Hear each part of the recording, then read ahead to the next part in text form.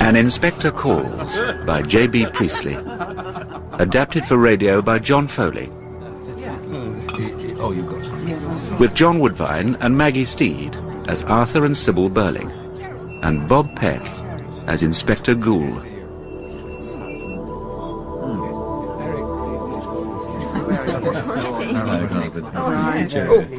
All right, Edna. Give Mr. Croft the port, will you? Yes, sir. Thank you. Oh, you'll like this port, Gerald. It's exactly the same as your father gets. Oh, then it'll be all right. The governor prides himself on being a good judge of port. Oh, I'm sure he is. Now then, Sybil, you'll take a glass tonight. Special occasion. Yes, go on, Mummy. You must drink our health. Very well, just a little. Allow me. Thank you, Gerald. All right, Edna, I'll ring from the drawing room when we want coffee. Yes, ma'am. Ah, this is very nice. Good dinner too, Sybil. Don't you think so, Gerald?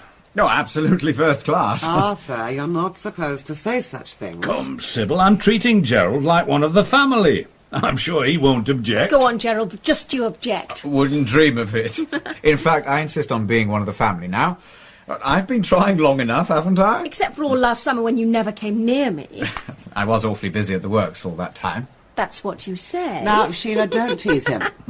When you're married, you'll realise that men with important work sometimes need to spend all their time and energy on their business. You'll have to get used to that, just as I had. I don't believe I will, so you be careful, Gerald. Oh, I will. Now then, Eric, what's the joke? Don't know. Suddenly felt I just had to laugh. You're squiffy. I am not. Stop it, you two. Arthur, what about this famous toast of yours? Oh, yes, of course. Well, Gerald, it's a pity Sir George and Lady Croft can't be with us, but they're abroad, so it can't be helped. I tell you frankly that your engagement to Sheila means a tremendous lot to me. You're just the kind of son-in-law I always wanted. Your father and I have been friendly rivals in business for some time, and now you've brought us together. Perhaps we may look forward to the time when Crofts Limited and Burling and Company are no longer competing, but working together for lower costs and higher prices. Here. Now, Arthur, I don't think you ought to talk business on an occasion like this. Neither do I. All wrong. I only mentioned it in passing. What I did want to say was that Sheila's a lucky girl. And I think you're a pretty fortunate young man too, Gerald. I know I am. So here's wishing the pair of you the very best that life can bring. Gerald and Sheila. Yes, Gerald, Sheila, darling. Our congratulations. Oh, thank you. Eric? Yes, all the best. She's got a temper sometimes, but she's not bad, really. Good old Sheila. Chump. I can't drink to this, can I? When do I drink? You can drink to me. All right, then. I drink to you, Gerald. Thank you. And I drink to you. I hope I can make you as happy as you deserve to be. And I'll start with this. What is it? As if you didn't know. Open it. Oh, Gerald, it's wonderful. Look, Mummy, it's the ring I told you about. Isn't it a beauty? Oh, darling. Mwah. Steady, you two. Now I really feel engaged. So you ought, darling. It's a lovely ring. Be careful with it. Careful. I'll never let it out of my sight. And now, Arthur, I think Sheila and I had better go into the drawing room and leave you men. No, before you go, I just want to say this. I'm delighted about this engagement. I hope it won't be too long before you're married. It's a very good time for it. And soon, it'll be an even better time. There's a lot of silly pessimistic talk about possible labour trouble in the near future, and I speak as a hard-headed businessman who has to take risks and know what he's about. I say you can ignore all this wild talk. We've passed the worst of it. We employers are coming together at last to see that our interests and the interests of capital are properly protected. We're in for a time of steadily increasing prosperity. I believe you're right, sir. Now, you three young people, remember what I'm telling you now. In 20 or 30 years' time, you may be giving a little party like this. Your son or daughter might be getting engaged. And I tell you, by then, you'll be living in a world that'll have forgotten all these capital versus labour agitations. There'll be peace and prosperity and rapid progress everywhere. Now, I know, my dear, I know I'm talking too much. But you youngsters remember what I said. We hard-headed, practical businessmen must say something sometime. And we don't guess. We've had experience, and we know. Arthur. Oh, all right, Sybil. Thank you, dear. Don't keep Gerald in here too long. Eric, I want you a minute. Yes, Mother.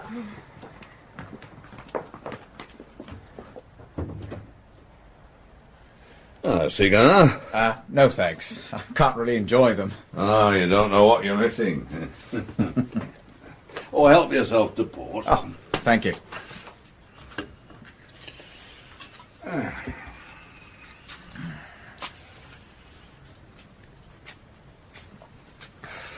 Oh, by the way, now we're alone, there's something I'd like to mention, in strict confidence. I have an idea your mother feels you might have done better for yourself socially. I say. Oh, no, that's all right. Now, Lady Croft comes from an old county family, landed people and so forth. It's only natural. But what I wanted to say is this. There's a fair chance that I might find my way into the next honours list. Oh, just a knighthood, of course. Oh, I say congratulations. I've had a hint or two. You see, I was Lord Mayor 2 years ago when royalty visited, and I've always been regarded as a useful party man. So I gather there's a very good chance of a knighthood. So long as we behave ourselves, eh? Don't get into the police court or start a scandal. Eh? Well, if that's the only obstacle, sir, I think you might as well accept my congratulations now. I couldn't do that, and don't say anything yet. Not even to my mother. I know she'd be delighted. Well, when she comes back, you might drop her a hint. And you could promise her that we'll try to keep out of trouble during the next few months. What's the joke? Started telling stories? No. Want another glass of port? Oh, yes, please. All right, and give me one. Mother says we mustn't stay too long, but I don't think it matters. I left them talking about clothes. You'd think a girl had never had any clothes before she gets married. Women are potty about them. You've got to remember, my boy, that clothes mean something quite different to a woman. Not just something to wear, not only something to make them look prettier, but, well, a sort of sign or token of their self-respect. Oh, that's true. Yes, I remember... What do you remember? Nothing. Nothing.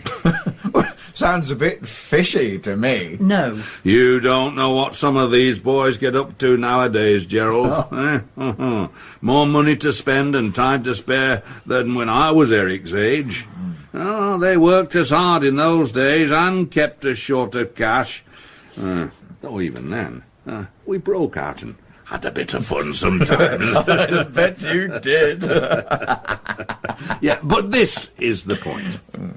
What so many of you young fellas don't seem to understand now, when things are so much easier, is that a man has to make his own way, has to look after himself. Oh, and his family too, of course, when he has one. So long as he does that, he won't come to much harm. But the way some of these cranks talk and write now, you'd think everybody has to look after everybody else, as if we were all mixed up together like bees in a hive. Yeah. Community. All that nonsense. But take my word for it, and I've learnt in the good hard school of experience, A man has to mind his own business and look after himself and his own. And Somebody at the front door. Edna will answer it. Have another glass of port, Gerald. Then we'll join the ladies. That'll stop me giving good advice. Yes, you piled it on a bit tonight, Father. Ah, special occasion. I'm feeling contented.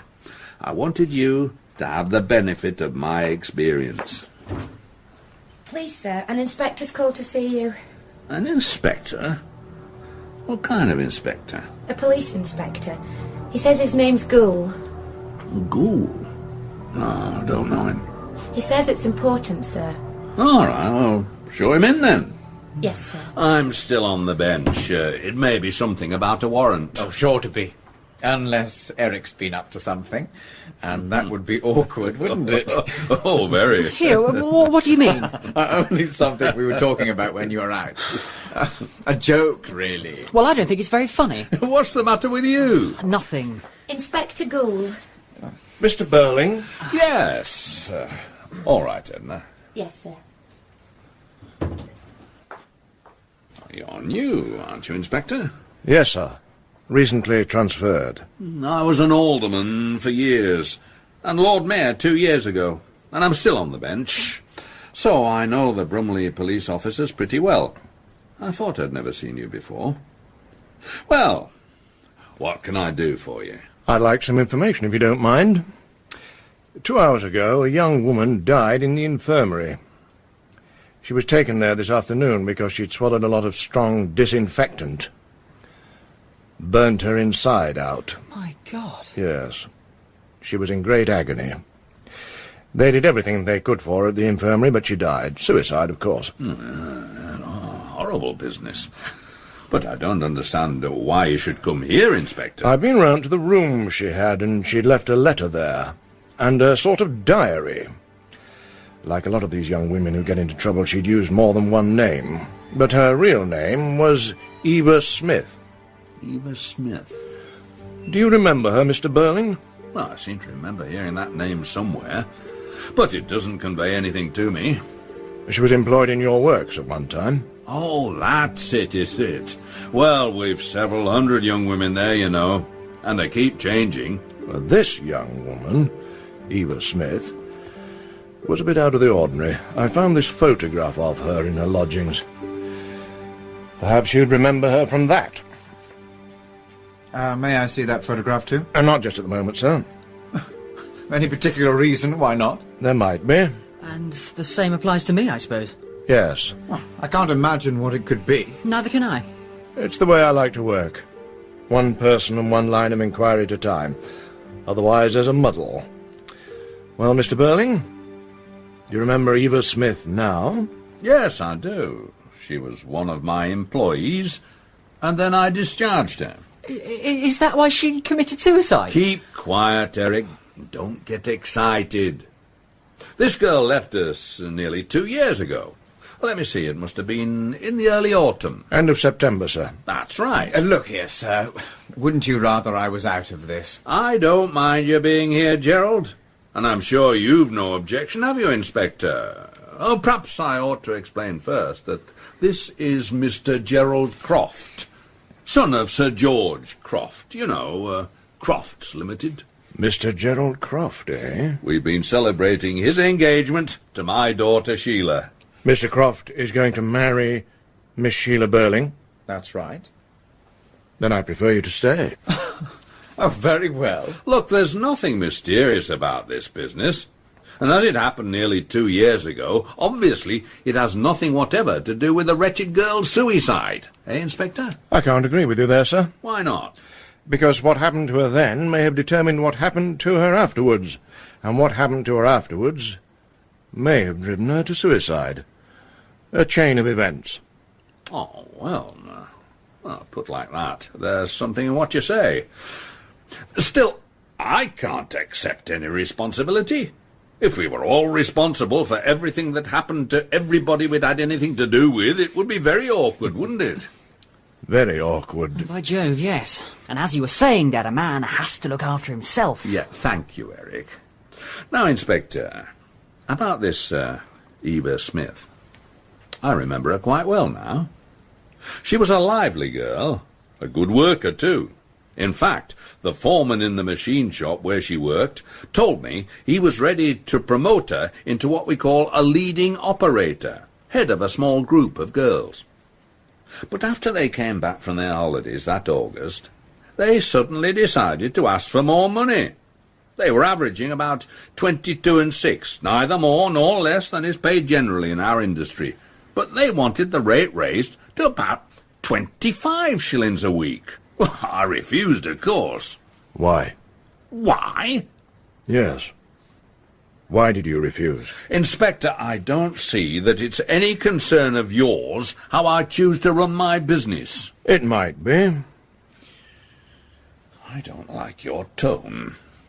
Or all these questions. It's my duty to ask questions. So, why did you refuse?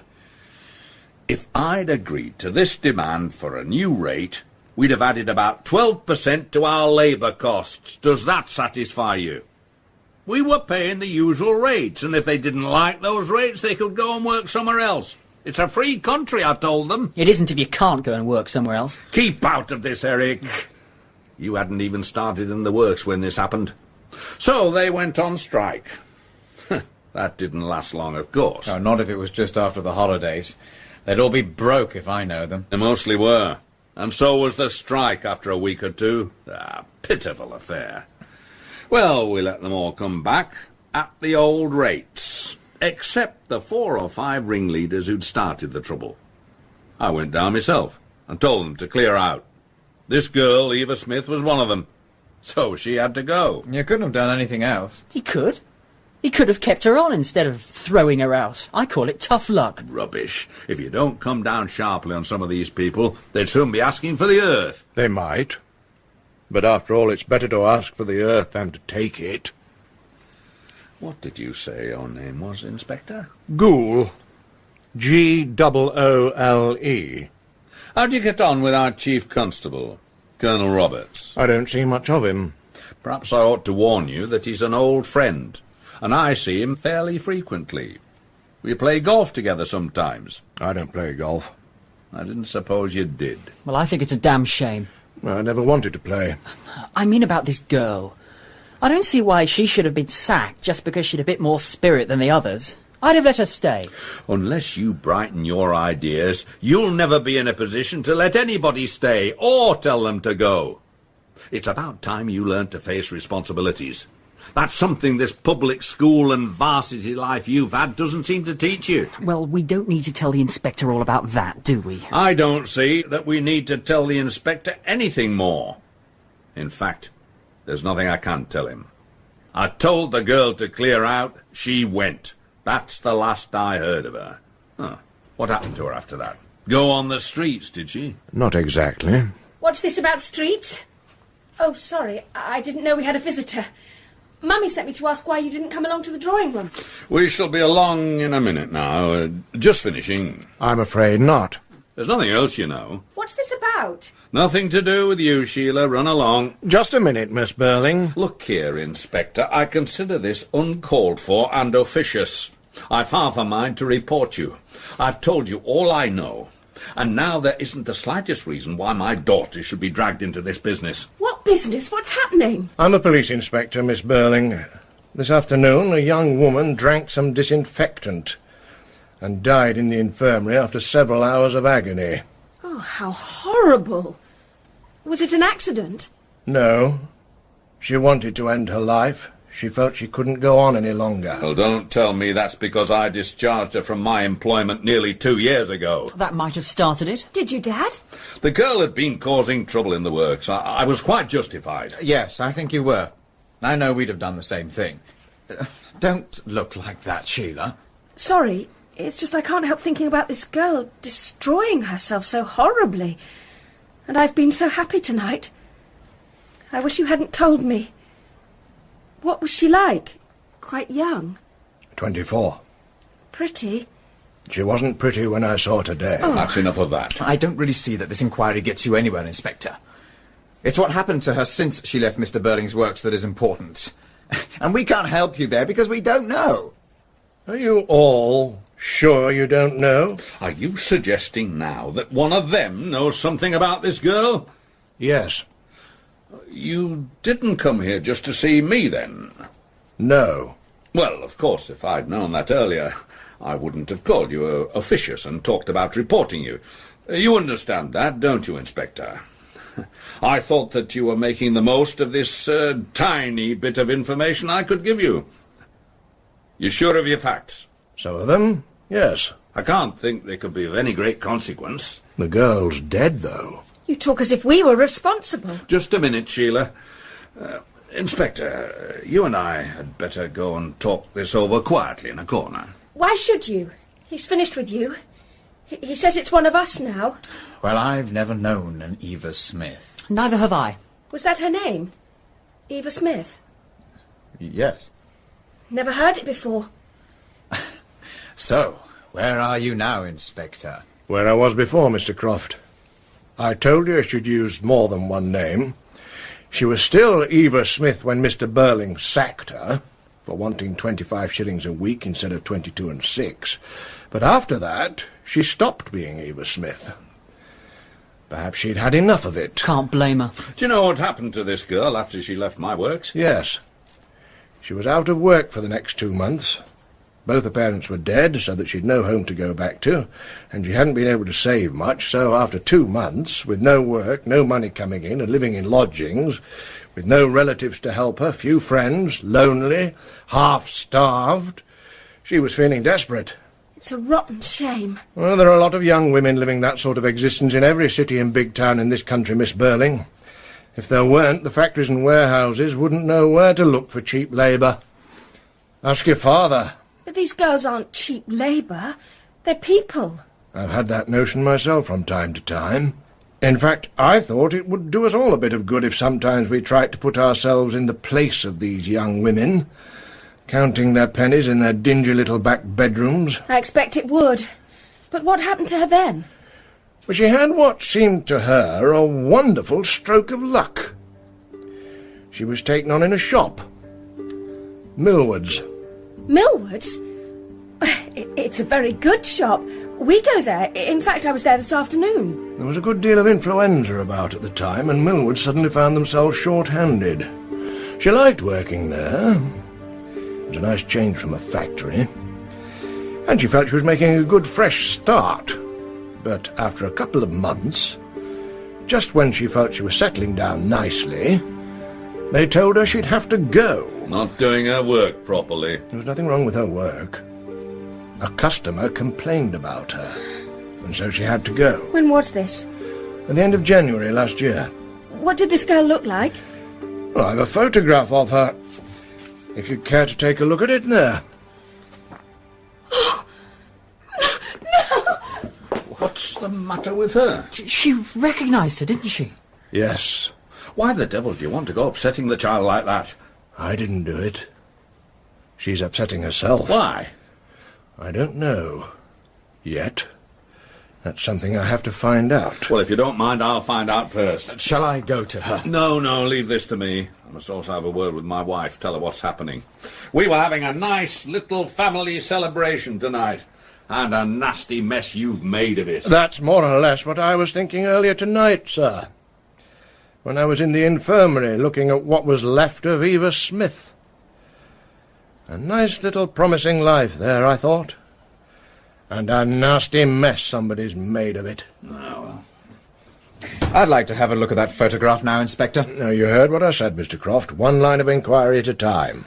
Otherwise we'll all be talking at once, and we won't know where we are. If you've anything to tell me, you'll have an opportunity of doing it soon. Look here, I've had enough of this. I dare say. I'm sorry, but we were having a little party. I've had a few drinks, and I've got a headache. And as I'm only in the way here, I think I'd better turn in. Oh, if you turn in, you might have to turn out again soon. Getting a bit heavy-handed, aren't you, Inspector? Possibly. But if you're easy with me, I'm easy with you. After all, we're respectable citizens, and not criminals. Sometimes there isn't as much difference as you think. Often, if it was left to me, I wouldn't know where to draw the line.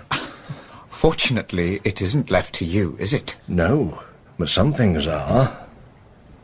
Enquiries of this sort, for instance. Well, Miss Burling? You knew it was me all the time, didn't you? I had an idea it might be. From something the girl herself wrote. I've told my father. He didn't seem to think it amounted to much. But I felt rotten about it at the time, and now I feel a lot worse. Did it make much difference to her? Well, it was the last real steady job she had. When she lost it, for no reason that she could discover, she decided she might as well try another kind of life. So I'm really responsible. Oh, a good deal happened to her after that. But you're partly to blame, just as your father is. But what did Sheila do? I went to the manager of Millwoods, and I told him that if he didn't get rid of that girl, I'd persuade Mother to close our account with them. And what had this girl done to you? When I was looking at myself in the mirror, I saw her smiling at the assistant. And I was furious with her. I'd been in a bad temper anyhow. And was it the girl's fault? Not really.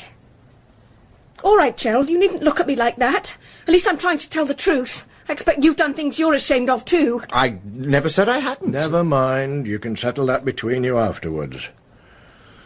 What happened, Miss Burling? Well, I'd gone in to try something on. It was an idea of my own. Mother had been against it, and so had the assistant, but I insisted. As soon as I tried it on, I knew they'd been right. It just didn't suit me at all. I looked silly. Well, this girl had bought the dress up from the workroom, and when the assistant, Miss Francis, had asked her something about it, this girl, to show us what she meant, held the dress up as if she was wearing it. And it just suited her. She was the right type for it, just as I was the wrong type. She was a very pretty girl, too. And that didn't make it any better. Well, when I tried the thing on and looked at myself and knew that it was all wrong, I caught sight of this girl smiling at Miss Francis as if to say, "Doesn't she look awful?" And I was absolutely furious.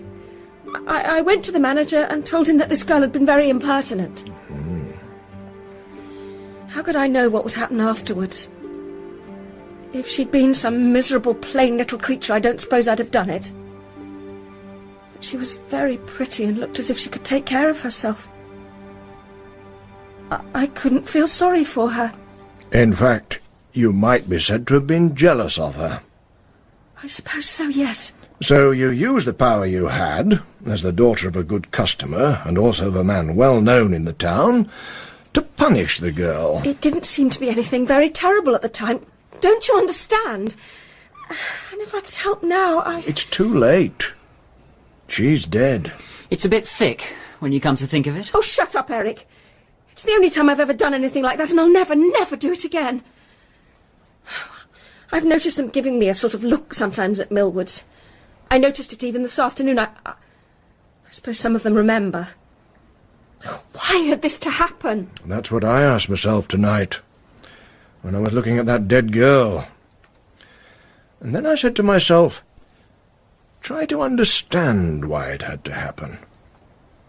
And that's why I'm here, and why I'm not going till I know all that happened. Eva Smith lost her job with Burling and Company because the strike failed, and they were determined not to have another one. At last she found another job in a big shop, and had to leave there because you were annoyed with yourself, and passed the annoyance on to her. Now she had to try something else. Well, first, she changed her name to Daisy Renton. Daisy Renton? That's right, sir. Do you mind if I get myself a drink, Sheila? No. Where is your father, Miss Burling? He went to tell my mother what was happening. Eric, take the inspector to the drawing room.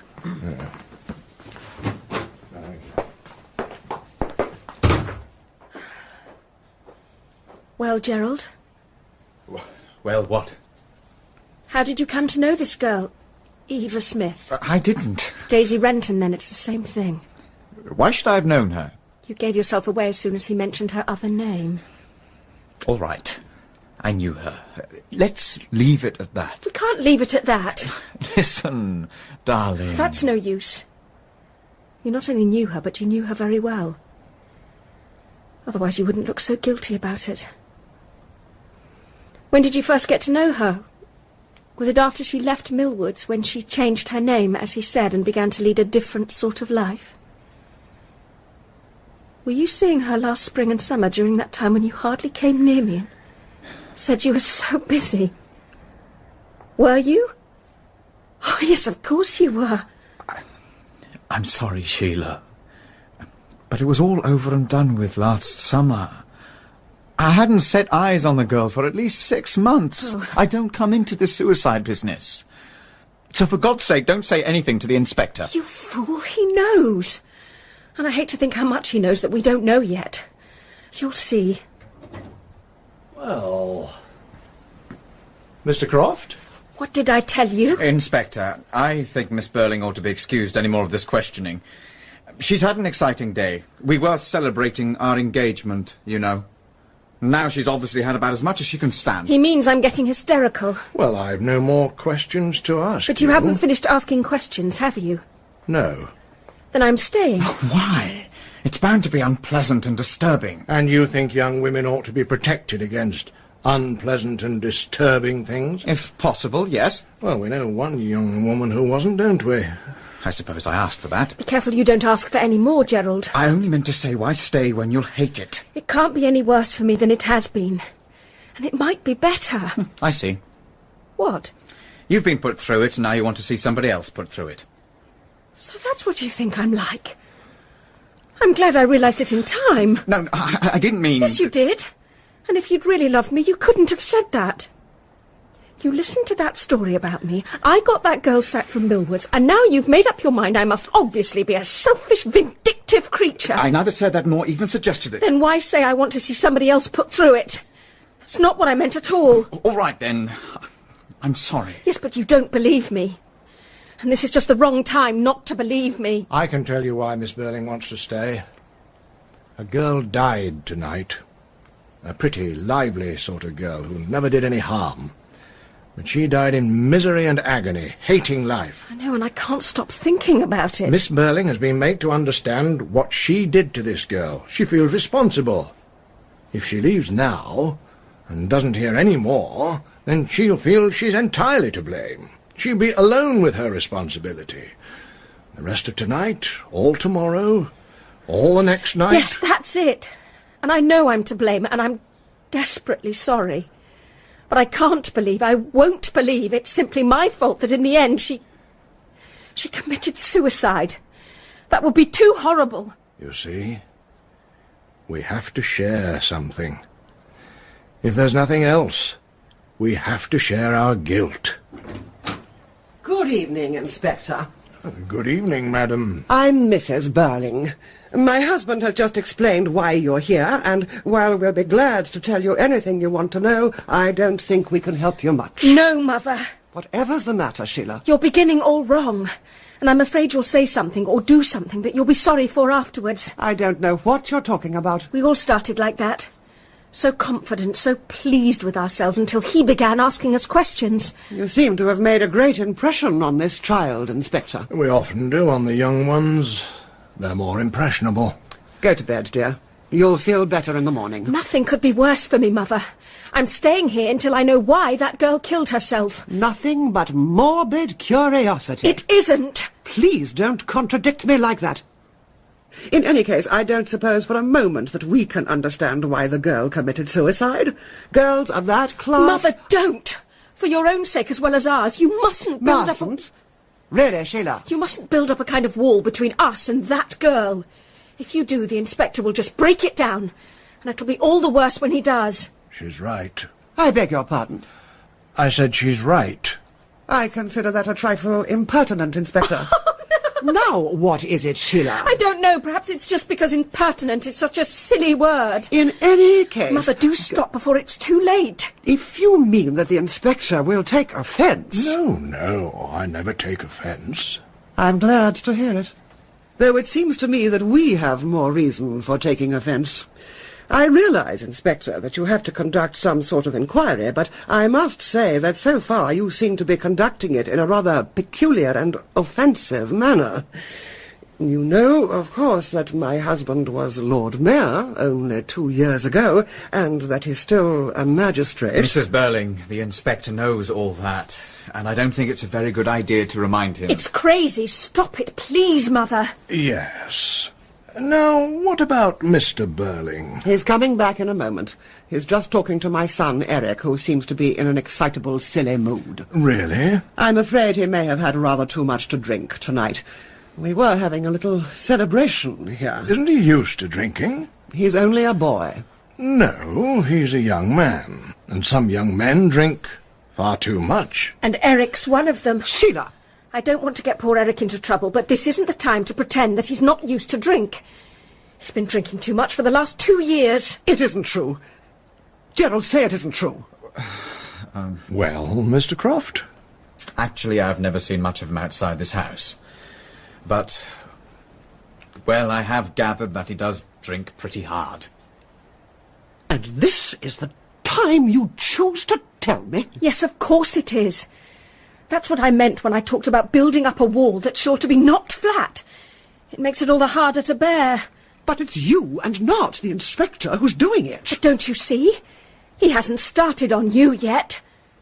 If necessary, I shall be glad to answer any questions the inspector wishes to ask me. Though naturally I don't know anything about this girl. We'll see, Mrs. Burling. I've been trying to persuade Eric to go to bed, but he says you told him to stay up. That's right, Mr. Burling. Why? Because I shall want to talk to him. I can't see why.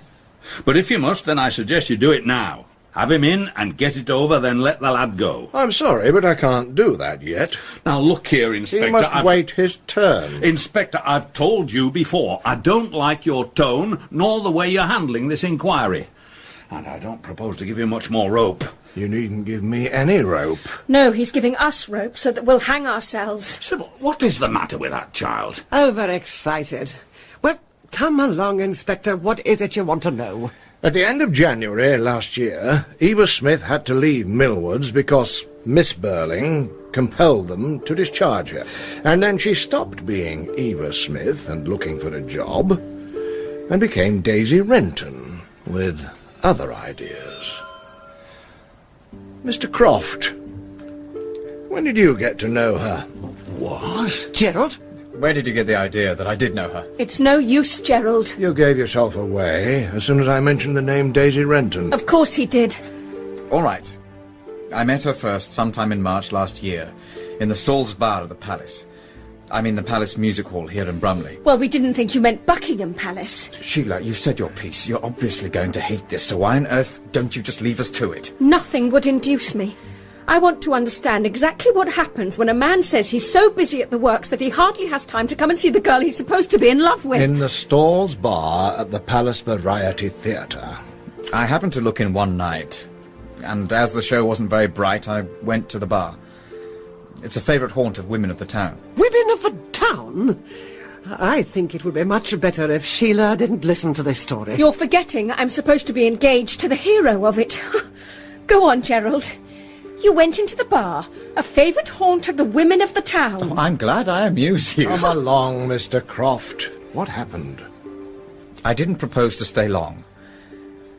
But then I noticed this girl. My God.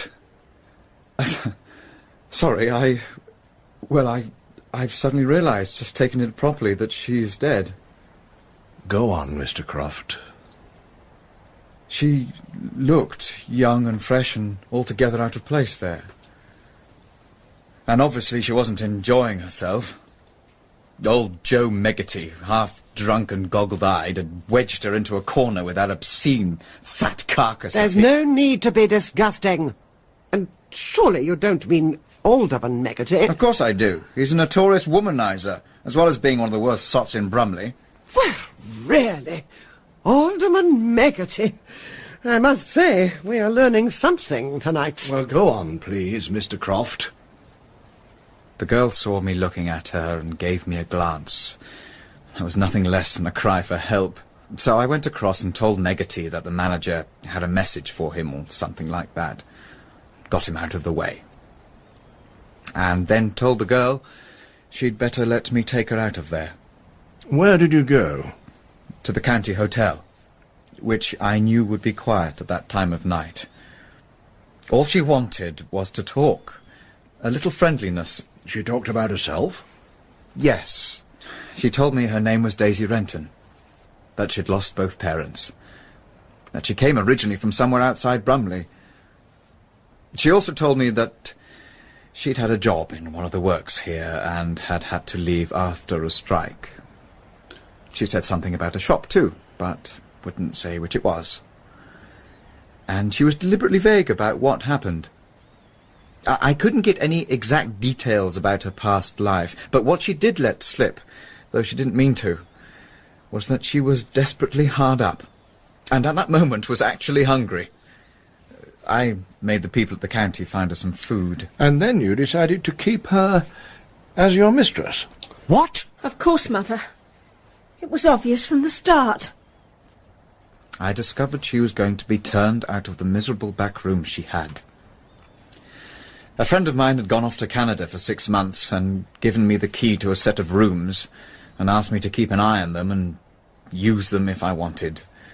So I insisted on Daisy moving into those rooms, and I made her take some money to keep her going there. I want you to understand, Inspector, that I didn't install her there so that I could make love to her. I made her go because I was sorry for her, and I didn't like the idea of her going back to the Palace Bar. I didn't ask for anything in return. I see. Yes, but why are you saying that to him? You ought to be saying it to me. I suppose I ought, really. I'm sorry, Sheila. Somehow I know. Somehow he makes you. But she became your mistress? I suppose it was inevitable.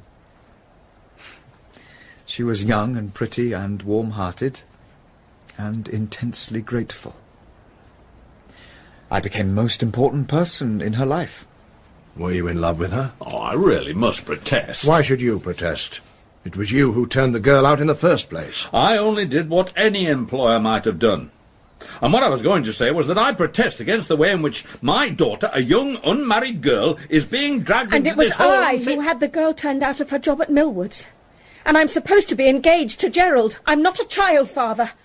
I've a right to know. Well, Gerald, were you in love with her? It's hard to say. I didn't feel about her as she felt about me. Of course not. You were the wonderful fairy prince. You must have adored it. All right, I did for a time. Nearly any man would have done. That's probably about the best thing you've said tonight. At least it's honest. Did you go and see her every night? No, I wasn't telling you a complete lie when I said I've been busy at the works. We were very busy. But of course I did see a good deal of her. I don't think we want any further details of this disgusting affair. I do. It wasn't disgusting. It's disgusting to me. Yes, but after all, you didn't come into this, did you, Mother? Inspector, is there anything else you want to know? That you ought to know? Yes. When did this affair end? I can tell you exactly. In the first week of September. I had to go away for several weeks on business. By that time, Daisy knew it was coming to an end, so I broke it off definitely before I went. How did she take it? Better than I'd hoped. She was very gallant about it. That was nice for you. No, it wasn't. She told me she'd been happier than ever before, but that she knew it couldn't last, hadn't expected it to last. She didn't blame me at all. I wish to God she had now. Perhaps I'd feel better about it. She had to move out of those rooms? Yes. She'd saved a little money during the summer. Didn't want to take any more from me. But I insisted on a parting gift of enough money to see her through to the end of the year. Did she tell you what she proposed to do? No. She refused to talk about that. I got the idea that she thought of leaving Brumley. Did she? Yes. She went away to be alone, to be quiet, to remember all that had happened between you. How do you know that? She kept a rough sort of diary. She felt there'd never be anything as good again for her. And she said she had to go away and remember. Just to make it last longer. I see. Well, I never saw her again. And that's all I can tell you. It's all I want to know from you. In that case, well, I'd like to be alone for a little while. I'd be glad if you let me go. Go where? Home? No, I'll just go out, walk about for a while, if you don't mind. I'll come back. All right, Mr. Croft. Just in case you don't come back, Gerald, I think you'd better take your ring with you. I see. Well, I was expecting this. I don't dislike you as I did half an hour ago, Gerald. In fact, in some odd way, I rather respect you more than I've ever done before. I knew anyhow you were lying about those months last year when you hardly came near me. And now at least you've been honest. And I believe what you told us about the way you helped her at first just out of pity. And it was my fault, really, that she was so desperate when you first met her. But this has made a difference. You and I aren't the same people who sat down to dinner here. We'd have to start all over again, getting to know each other. Now, Sheila, I'm not defending him, but you must understand that a lot of young men... Don't interfere, please, Father. Gerald knows what I mean. Yes, I know what you mean. But I'm coming back, if I may. All right. Thank you.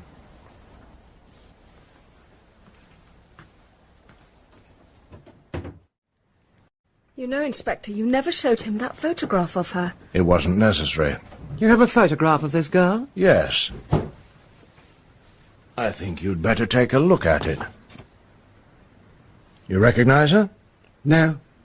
I can't believe she could have changed so much. I don't understand you. You're not telling me the truth. I beg your pardon. Look here, Inspector, I'm not going to have this. You'll apologise at once. For doing my duty? For being so offensive about it. I'm a public man. Public men, Mr. Burling, have responsibilities as well as privileges. Possibly, but you weren't asked to come here to talk to me about my responsibilities. Let's hope not, though I'm beginning to wonder. Does that mean anything, Sheila? It means that we've no excuse now for putting on airs, and that if we've any sense we won't try.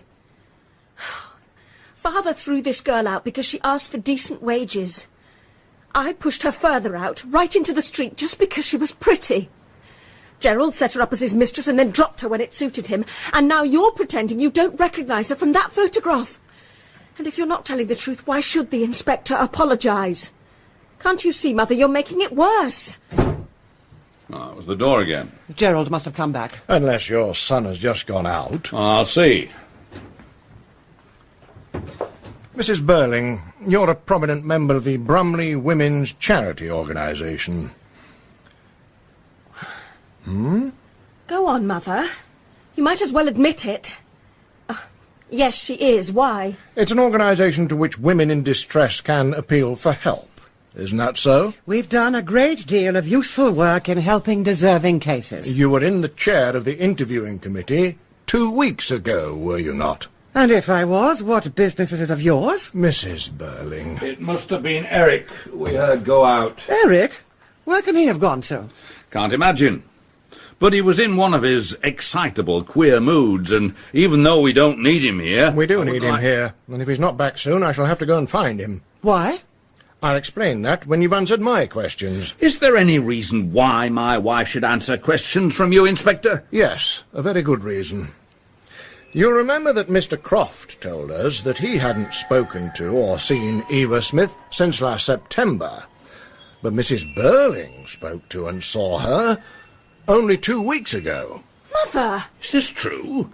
Yes, quite true. She appealed to your organisation for help? Yes. Not as Eva Smith. No, nor as Daisy Renton. As what, then? First, she called herself Mrs. Burling. Mrs. Burling? It was gross impertinence. Naturally, that was one of the things that prejudiced me against her case. I should think so. Damned impudence! You admit to being prejudiced against her case. Yes.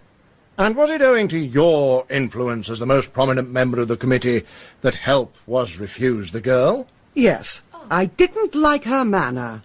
She'd impertinently made use of our name, though she pretended afterwards it just happened to be the first she thought of. She had to admit, after I began questioning her, that the story she told at first about a husband who deserted her was quite false. Why did she want help? You know very well why. No, I don't. I know why she needed help. But as I wasn't there, I don't know what she asked from your committee. I don't think we need to discuss it. Mrs. Burling. If you think you can bring any pressure to bear upon me, Inspector, you're quite mistaken. Unlike the other three, I did nothing I'm ashamed of or that won't bear investigation. The girl made a claim for assistance. I wasn't satisfied with it. She seemed to me to be not a good case, and so I used my influence to have it refused. And in spite of what's happened to the girl since, I consider I did my duty. So, if I prefer not to discuss it any further, you have no power to make me change my mind. Yes, I have. No, you haven't. Simply because I've done nothing wrong, and you know it. I think you did something terribly wrong. And that you're going to spend the rest of your life regretting it.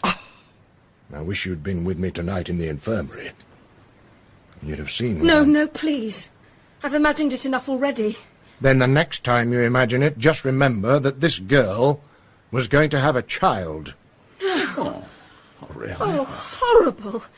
How could she have wanted to kill herself? Because she'd been turned out and turned down too many times. Mother, you must have known. It was because she was going to have a child that she went for assistance to your mother's committee. Look here. This wasn't Gerald Croft. Oh. No. Nothing to do with him. Thank goodness for that. Though I don't know why I should care now. And you've nothing further to tell me, Mrs. Burling. I'll tell you what I told her. Go and look for the father of the child. It's his responsibility. That doesn't make it any the less yours. She came to you for help, at a time when no woman could have needed it more. She was alone, friendless, almost penniless, desperate. She needed not only money, but advice, sympathy, friendliness, and you slammed the door in her face. Mother, that was cruel and vile. I must say, Sybil, that when this comes out at the inquest, it isn't going to do us much good. Oh, stop it, both of you. And before you start accusing me of anything, please remember that it wasn't I who had her turned out of her employment, which probably began it all. In the circumstances, I think I was justified. The girl had begun by telling us a pack of lies. Afterwards, when I got at the truth, I discovered that she knew who the father was. So I told her it was her business to make him responsible. If he refused to marry her, and in my opinion he ought to be compelled to, then he must at least support her. And what did she reply to that? Oh, she was giving herself ridiculous airs, claiming elaborate fine feelings and scruples that were simply absurd in a girl in her position. What did she say? She said that the father was only a youngster, silly and wild and drinking too much. There couldn't be any question of marrying him. It would be wrong for them both. He had given her money, but she didn't want to take any more money from him. Why didn't she want to take any more money from him? Oh, some fancy reason. As if a girl of that sort would ever refuse money. I warn you, you're making it worse for yourself. What reason did she give for not taking any more money? Her story was that he'd said something one night when he was drunk that gave her the idea that it wasn't his money. Where had he got it from, then? He'd stolen it. So she'd come to you for assistance because she didn't want to take stolen money. That's the story she finally told, after I'd refused to believe her original story, that she was a married woman who'd been deserted by her husband. I didn't see any reason to believe that one story should be any truer than the other. Therefore, you're quite wrong to suppose I shall regret what I did. But if her story was true, if this boy had been giving her stolen money, then she came to you for help, because she wanted to keep this youngster out of any more trouble. Possibly. But it sounded ridiculous. So I was perfectly justified in advising my committee not to allow her claim for assistance. You're not even sorry now, when you know what happened to the girl. I'm sorry she should have come to such a horrible end, but I accept no blame for it. Who is to blame, then? First, the girl herself. For letting Father and me have her chucked out of her jobs. Secondly, I blame the young man who was the father of the child she was going to have. If, as she said, he didn't belong to her class and was some drunken young idler, then that's all the more reason why he shouldn't escape. He should be made an example of. If the girl's death is due to anybody, then it's due to him. And if her story is true, that he was stealing money... Then he'd be entirely responsible, because the girl wouldn't have come to us and have been refused assistance if it hadn't been for him. So he's the chief culprit, anyhow. Certainly.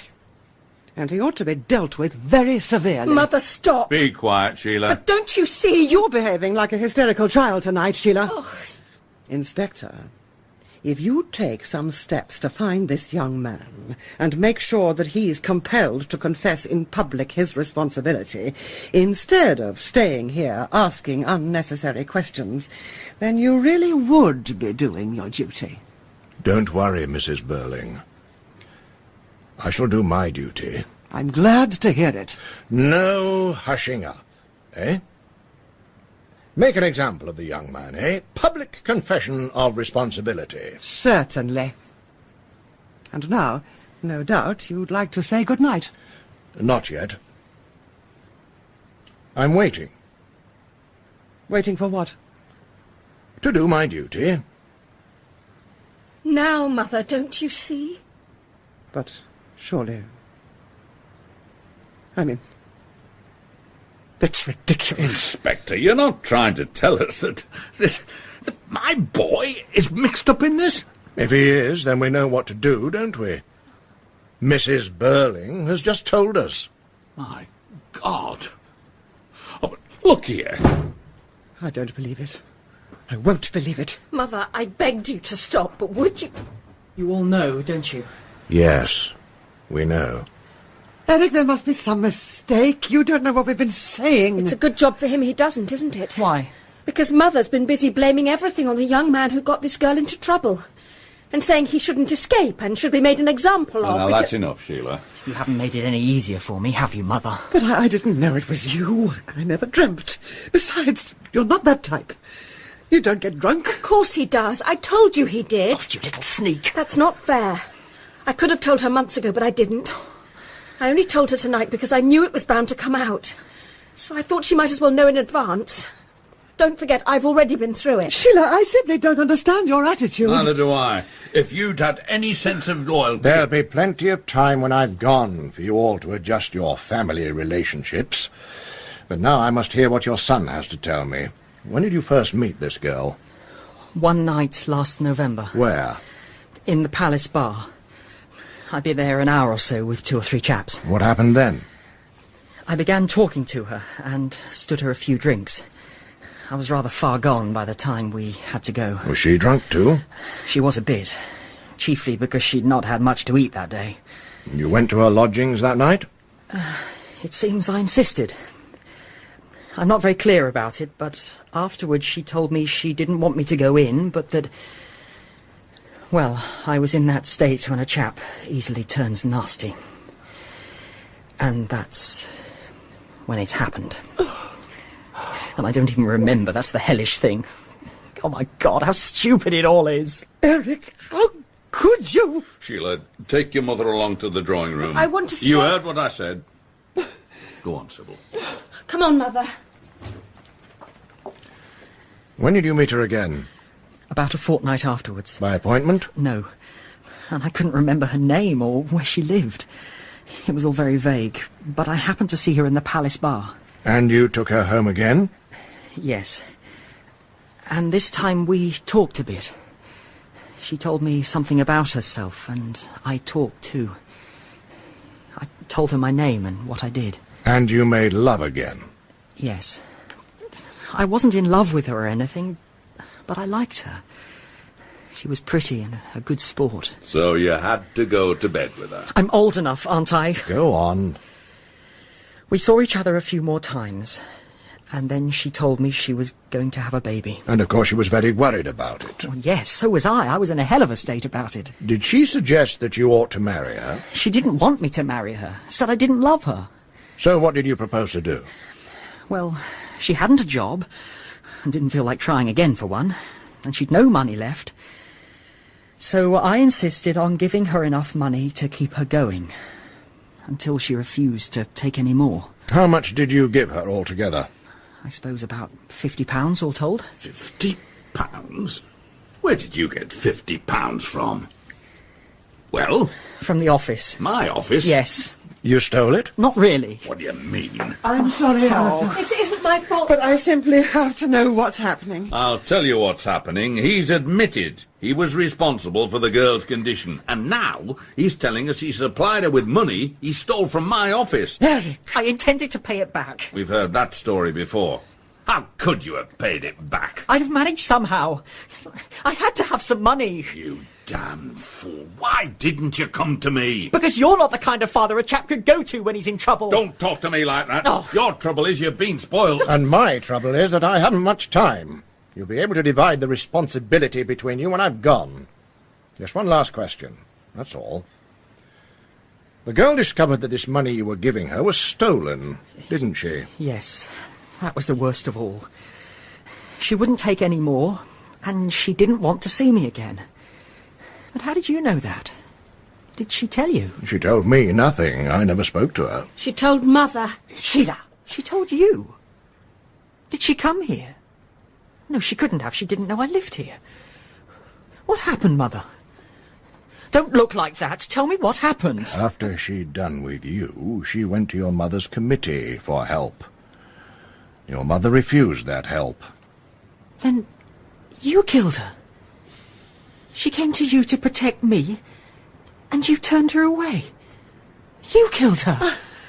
And the child she'd have had too.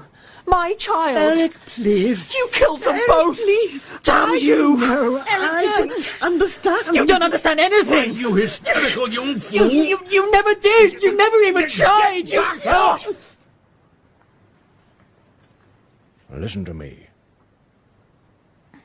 This girl died a horrible death, but each of you helped to kill her. And don't ever forget that. But then I don't think you ever will. Remember, Mrs. Burling, you turned her away when she most needed help. You refused her even the pitiable little bit of organised charity you had in your power to grant her. Eric, remember what you did. My God, I'm not likely to forget. You used her for the end of a stupid, drunken evening. As if she was an animal. A thing, not a person. You, Miss Burling. I had her turned out of a job. I started it. You helped. And didn't start it. Mr. Burling. You started it. She wanted 25 shillings a week instead of 22 and sixpence. You made her pay a heavy price for that. And now she'll make you pay a heavier price still. Inspector, I'd give thousands. Thousands. You're offering the money at the wrong time. No. I don't think any of you will forget. Nor that young man Croft, though he at least had some affection for her and made her happy for a time. Well, Eva Smith's gone. You can't do her any more harm, and you can't do her any good either. You can't even say, I'm sorry, Eva Smith. That's the worst of it. Well, remember this. One Eva Smith has gone. But there are millions and millions of Eva Smiths and John Smiths still left with us. With their lives, their hopes and fears, their suffering and chance of happiness, all intertwined with our lives, with what we think and say and do. We don't live alone. We're members of one body, responsible for each other. And I tell you that the time will soon come when, if men will not learn that lesson, then they will be taught it, in fire and blood and anguish.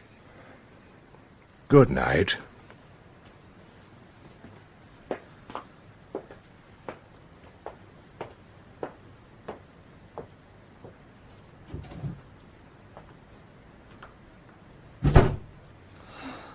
You're the one I blame for this, Eric. I'll bet I am. You don't realise yet all you've done. There'll be a public scandal. I don't care now. You don't seem to care about anything. But I care. I was almost certain for a knighthood in the next honours list. For God's sake! What does it matter now whether they give you a knighthood or not? It doesn't matter to you. Apparently nothing matters to you. But it may interest you to know that until every penny of that money you stole is repaid, you'll work for nothing. And there's going to be no more of this drinking round the town and picking up women in the palace bar. I should think not. Eric, I'm absolutely ashamed of you. I don't blame you. But don't forget, I'm ashamed of you as well. Now, yes, both of you. Drop that. There's every excuse for what your mother and I did. It turned out unfortunately, that's all. That's all. Oh, well, what have you got to say? I don't know where to begin. Then don't. I know I behaved badly and I'm ashamed of it. But now you're beginning all over again to pretend that nothing much has happened. Nothing much has happened. Haven't I said there'll be a public scandal, and who will suffer from that more than I will? That's not what I'm talking about. You don't seem to have learnt anything. You're wrong there. I've learnt plenty tonight. Oh, when I think of what I was feeling when the five of us sat down to dinner tonight. Yes. And do you remember what you said to Gerald and me after dinner, when you were feeling so pleased with yourself? You told us that a man has to make his own way, look after himself and mind his own business, and that we weren't to take any notice of these cranks who tell us that everybody has to look after everybody else. Do you remember? And then one of those cranks walked in, the inspector.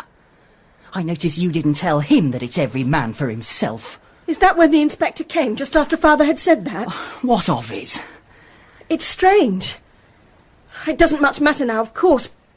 But was he really a police inspector? If he wasn't, it matters a devil of a lot. Makes all the difference. No, it doesn't. Oh, don't talk rubbish. Of course it does. Well, it doesn't to me, and it oughtn't to you either. Don't be childish. It's you two who are being childish, trying not to face the facts. I won't have that sort of talk. Any more of that and you leave this room. That'll be terrible for her, won't it? Don't you see? If all that's come out tonight is true, then it doesn't much matter who it was who made us confess. And it was true, wasn't it? Father turned the girl out of one job, and I had her turned out of another. Gerald kept her, at a time when he was supposed to be too busy to see me. Eric, well, we know what Eric did. And Mother hardened her heart and gave her the final push that finished her. That's what's important, not whether a man is a police inspector or not. He was our police inspector, all right. That's what I mean. But I have an idea, and I had it all along vaguely, that there was something curious about him. He never seemed like an ordinary police inspector. You're right. Yeah, I felt it too. Well, I must say his manner was extraordinary. So rude and assertive. Look at the way he talked to me, telling me to shut up. He must have known I was an ex-Lord Mayor and a magistrate and so forth. Besides, the way he talked, I mean, they don't talk like that. I've had dealings with dozens of them. But it doesn't make any real difference. Of course it does. No, Sheila's right. It doesn't. That's comic coming from you. You're the one it makes most difference to. You've confessed to theft, and now he knows all about it, and he can bring it out at the inquest, and, if necessary, carry it to court. He can't do anything to your mother and Sheila and me, except perhaps make us look a bit ashamed of ourselves in public. But as for you, he can ruin you. We hardly ever told him anything he didn't know. Did you notice that? Oh, that's nothing. He had a bit of information left by the girl and made a few smart guesses. But the fact remains that if we hadn't talked so much, he'd have had little to go on. Yeah, and why you all had to go letting everything come out like that beats me. It's all right talking like that now, but he made us confess. He certainly didn't make me confess, as you call it.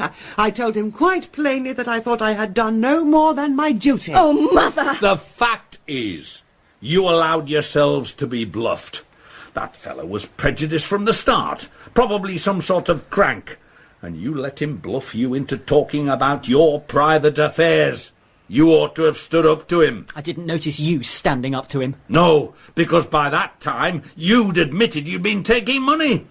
What chance had I after that? I was a fool not to have insisted upon seeing him alone. Oh, that wouldn't have worked. Of course it wouldn't. Really, from the way you children talk, you might be wanting to help him instead of us. Now, just be quiet, so that your father can decide what we ought to do. Yes.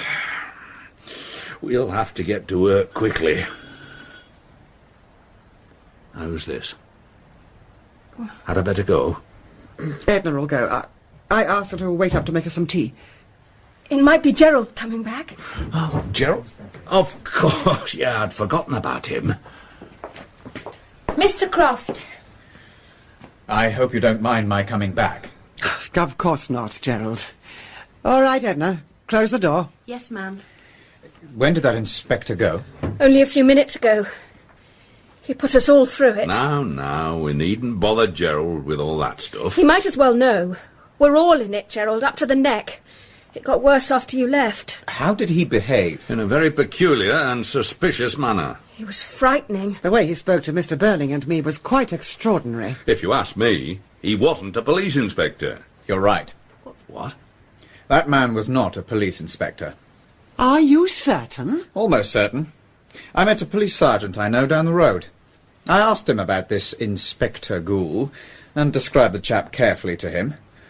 He swore there wasn't any Inspector Gould or anybody like him on the force here.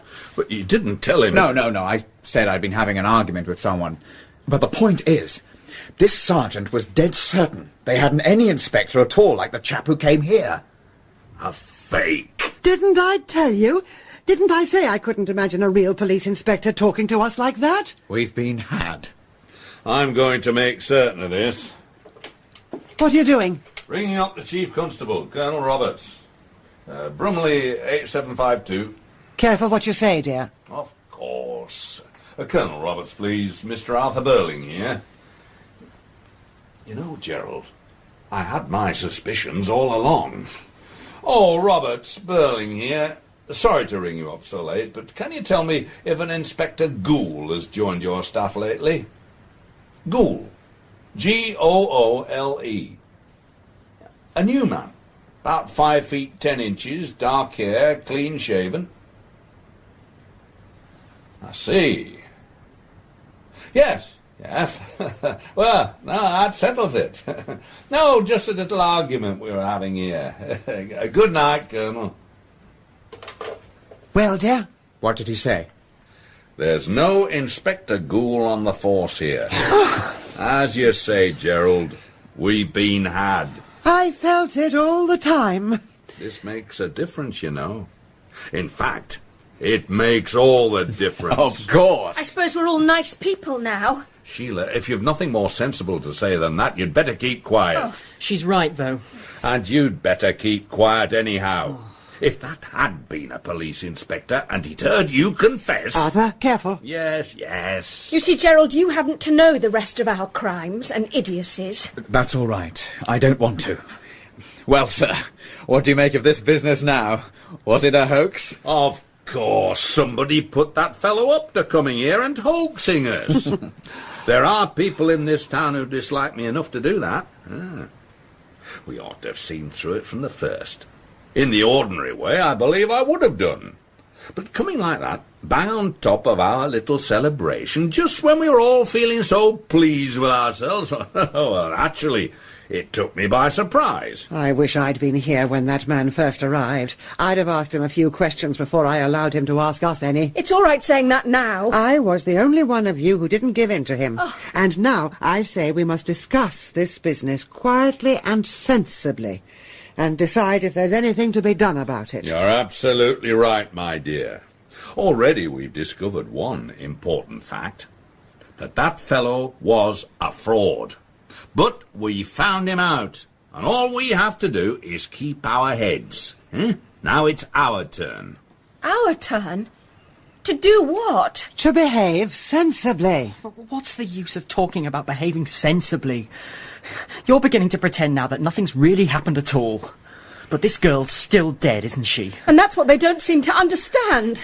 Whoever that chap was, the fact remains that I did what I did. And Mother did what she did. And the rest of you did what you did to her. It's still the same rotten story, whether it's been told to a police inspector or to somebody else. According to you, I ought to feel a lot better.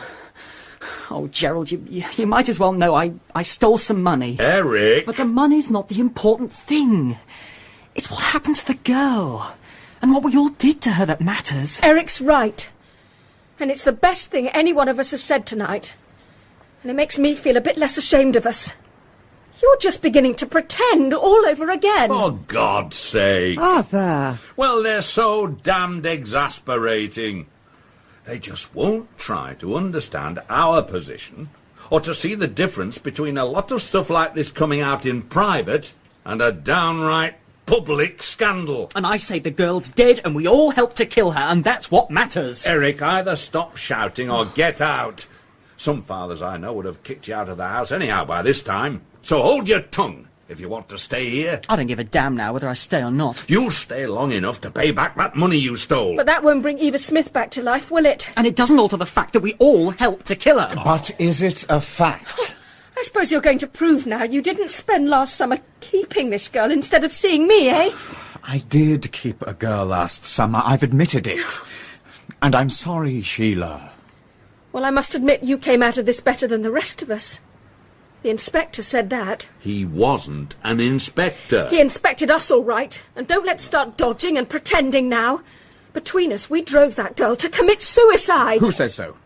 There's no more real evidence we did than there was that chap was a police inspector. Of course there is. No, look at it. A man comes here pretending to be a police officer. It's a hoax of some kind. Now, what does he do? Very artfully, working on bits of information he's picked up here and there, he bluffs us into confessing that we've all been mixed up in this girl's life in one way or another. And so we have. But how do you know it's the same girl? We all admitted it. You all admitted something to do with a girl. But how do you know it's the same girl? Mr. Burling, you sack a girl called Eva Smith. You've forgotten, but he shows you a photograph of her, and then you remember, right? Well, that part's straightforward enough. But what then? Well, he happens to know that Sheila once had a girl sacked from Millward's shop. He tells us that it's this same Eva Smith, and he shows her a photograph that she recognises. Yes. But how do you know it's the same photograph? Did you see the one your father looked at? No. And did your father see the one he showed you? No. I see what you mean. We've no proof it was the same photograph, and therefore no proof it was the same girl. Now, take me. I never saw a photograph. He caught me out by suddenly announcing that this girl changed her name to Daisy Renton. I gave myself away at once because I'd known a Daisy Renton. And there wasn't the slightest proof that this Daisy Renton was really Eva Smith. We've only his word for it. And we'd only his word for it that he was a police inspector. And we now know he was lying. So he could have been lying all the time. Exactly. Now, what happened after I left? I was upset because Eric had left the house, and this man said that if Eric didn't come back, he'd have to go and find him. Well, that made me feel worse still. And his manner was so severe, and he seemed so confident. Then quite suddenly he said I'd seen Eva Smith only 2 weeks ago. Those were his exact words. And like a fool I said I had. I don't see now why you did that. She didn't call herself Eva Smith when she came to see you at the committee, did she? Of course she didn't. But when he suddenly turned on me with those questions, I answered more or less as he wanted me to. But, Mother, he showed you a photograph of the girl before that, and you obviously recognised it. Did anybody else see it? No. He showed it only to me. Then there's still no proof it was the same girl. He might have showed you the photograph of any girl who applied to the committee. And how do we know that she was Eva Smith or Daisy Renton? Gerald's right. He could have used a different photograph each time, and we'd been none the wiser. We may all have been recognising different girls. Eric, did he ask you to identify a photograph? He didn't need a photograph by the time he got round to me. But obviously it must have been the girl I knew who went to see Mother. Why must it? She said she had to have help because she wouldn't take any more stolen money. And the girl I knew had told me that already. But even then, that may have been all nonsense. I don't see much nonsense about it when a girl goes and kills herself. You lot may be letting yourselves out nicely, but I can't. Nor can Mother. We did her in all right. Now, wait a minute. Don't be in such a hurry to put yourself into court. That interview with your mother could have been just as much a put-up job.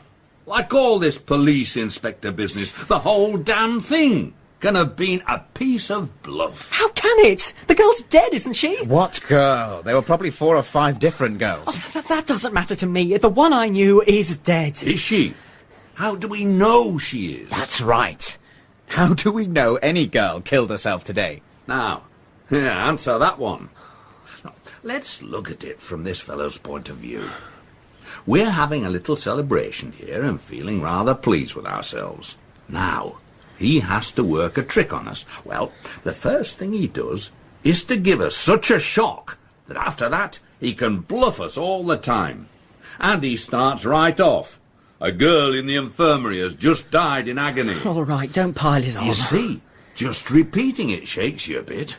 And that's what he had to do. Shake us at once, and then start questioning us until we didn't know where we were. Oh, he had the laugh of us all right. He could laugh his head off if I knew it really was all a hoax. I'm convinced it is. No police inquiry, no one girl that all this happens to, no scandal. And no suicide? We can settle that at once. How? By ringing up the infirmary. Either there's a dead girl there, or there isn't. Hello? The infirmary, please. It will look a bit odd, won't it? Ringing up at this time of night. Is that the infirmary? Yeah, this is Mr. Gerald Croft of Crofts Limited. Yes. We're rather worried about one of our employees. Have you had a girl brought in this afternoon who committed suicide by drinking disinfectant? Or any other suicide?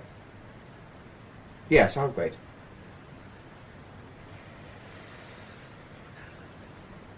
Yes? You're certain of that? I see. Well, thank you very much. Good night. Well? No girl has died in there today, and they haven't had a suicide for months. There you are. The whole story's just a lot of moonshine.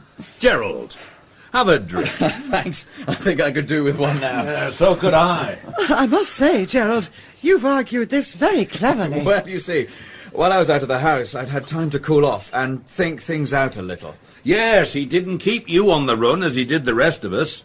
I'll admit now, he gave me a bit of a scare at the time. But I'd had a very special reason for not wanting any public scandal just now. Here you go, Gerald. Thank you, sir. Well, here's to us. Father, you're forgetting one thing I still can't forget. Everything we said had happened, really had happened. If it didn't end tragically, then that's lucky for us. But it might have done. But the whole thing's different now. You can see that, can't you? No. You all helped to kill her. Oh, I wish you could have seen the look on your faces when he said that. Oh, come on, Sheila. You'll have a good laugh over it yet. Look, you'd better ask Gerald for that ring again. Then you'll feel better. You're pretending everything's just as it was before. I'm not. We've been had, that's all. So nothing really happened? So there's nothing to be sorry for? Nothing to learn?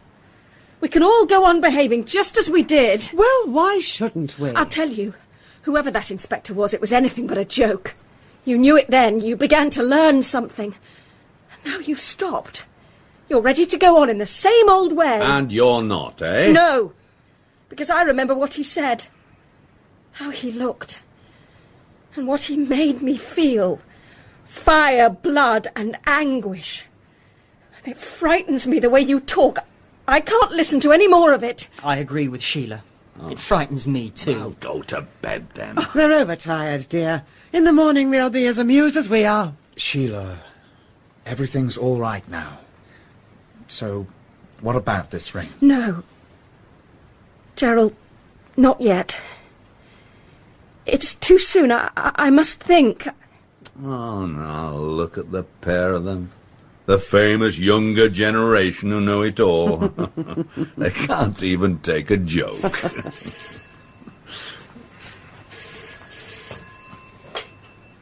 Yes? Yeah, Mr. Burling speaking.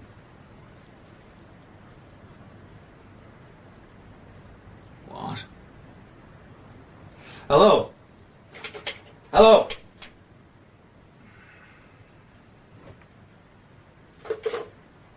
Father? Mr. Burling? Arthur, who was that? The police. A girl has just died on her way to the infirmary after swallowing some disinfectant. And the police inspector is on his way here to ask some questions.